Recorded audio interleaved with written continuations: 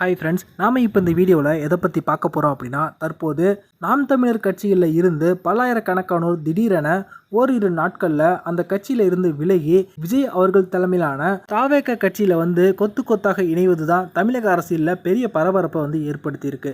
அது மட்டுமல்லாது நாளுக்கு நாள் தற்போது தாவேக கட்சிக்கு ஆதரவு பெருகி கொண்டே போகுது. இது தற்போது தமிழக அரசியல் களத்தில் சூடுபிடிக்க ஆரம்பிச்சிருக்கு அப்படின்னே சொல்லலாம். அது பற்றின முழுமையான விவரத்தை பார்ப்போம். கடந்த மாதம் பார்த்தீங்கன்னா விஜய் அவர்கள் தன்னுடைய தாவேக கட்சியின் மாநாட்டை தமிழகம் முழுக்க பெரிய ஒரு அழைப்பை நடத்தி அவங்க விக்கிரவாண்டி பகுதியில் நடத்தினாங்க.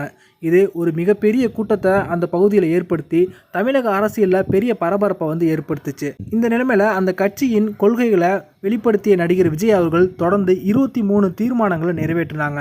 தொடர்ந்து அடுத்தடுத்து அரசியல் நகர்வுகளை அவங்க மேற்கொண்டு வருவதாக கூறப்படுது. நடைப்பயணம் செல்வதற்கு தற்போது நடிகர் விஜய் திட்டமிட்டு வருவதாகவும் தகவல் வெளியாகி இருக்கு. தொடர்ந்து கட்சியில் ஆள் சேர்க்கும் நடவடிக்கைகளில் தாவேக கட்சி தீவிரம் காட்டி வராங்க. இந்த நிலைமையில் தூத்துக்குடி துப்பாக்கிச் சூட்டில் உயிரிழந்த இளம்பெண்ணான ஸ்னோலின் அவர்களுடைய தாயார் உட்பட 300க்கும் மேற்பட்டோர் தற்போது தமிழக வெற்றி கழகத்து கட்சியில் போய் இணைந்திருக்காங்க. தூத்துக்குடி துப்பாக்கிச் சூட்டின் போது உயிரிழந்த ஸ்லோனின் அவர்களுடைய வீட்டுக்கு நேரில் சென்று விஜய் அவர்கள் குடும்பத்தாருக்கு ஆறுதல் தெரிவிச்சிருந்தாங்க அப்படிங்கிறது குறிப்பிடத்தக்கது. இதே போல் நாகப்பட்டினம் பகுதியில் இருந்து சுமார் 300க்கும் மேற்பட்ட நாம் தமிழர் கட்சியினர் அந்த கட்சியில் இருந்து விலகி தற்போது தாவேகா கட்சியில் போய் இணைந்து இருக்காங்க. விஜய் அவர்கள் பொதுக்கூட்டத்தில் பேசும்போது பார்த்தீங்கன்னா முழுக்க திமுக கட்சியை மட்டும்தான் விமர்சித்து பேசிட்டு இருந்தாங்க. ஆனால் அந்த மாநாட்டுக்கு பிறகு தற்போது விஜய் அவர்களுக்கும் நாம் தமிழர் கட்சிக்கும் இடையே தான் மோதல் பெருசாக வெடிச்சிருக்கு அப்படின்னே சொல்லலாம். காரணம் என்ன அப்படின்னா, விஜய் அவர்கள் கட்சியை துவங்கிய பிறகு சீமான் அவர்கள் தலைமையிலான நாம் தமிழர் கட்சியில் இருக்கக்கூடிய இளம் வாக்காளர்கள் பல பேர் தற்போது ஆயிரக்கணக்கானோர் தினமும் விஜய் அவர்கள் தலைமையிலான தாவேக கட்சியில் போய் இணைந்து கொண்டு இருக்காங்க. இதுதான் சீமான் அவர்களுக்கு தற்போது பெரிய கோபத்தை ஏற்படுத்தியிருக்கு. அது மட்டுமில்லாது சீமான் அவர்கள் தலைமையிலான நாம் தமிழர் கட்சியை அந்த கட்சியின் முக்கியமான பிரமுகர்களே பல பேர் தற்போது கடுமையாக விமர்சனம் செய்து வராங்க.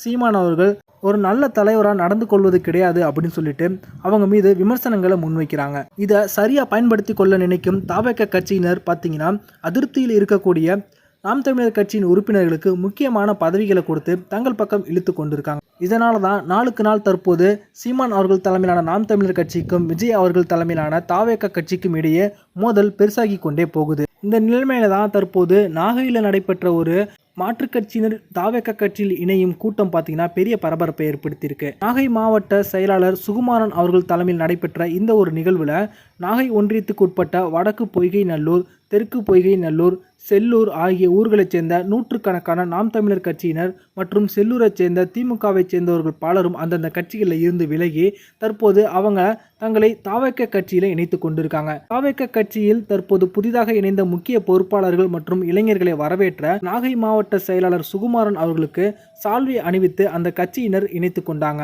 இந்த நிகழ்ச்சியில் தமிழக வெற்றி கழக மாவட்ட பொறுப்பாளர்கள், நகர செயலாளர்கள், வழக்கறிஞர் அணியினர், மகளிர் அணியினர் உள்ளிட்ட பலரும் திரளாக கலந்து கொண்டாங்க. இந்த வீடியோ உங்களுக்கு பிடிச்சிருந்துச்சுன்னா லைக் பண்ணுங்கள், ஷேர் பண்ணுங்கள். நன்றி.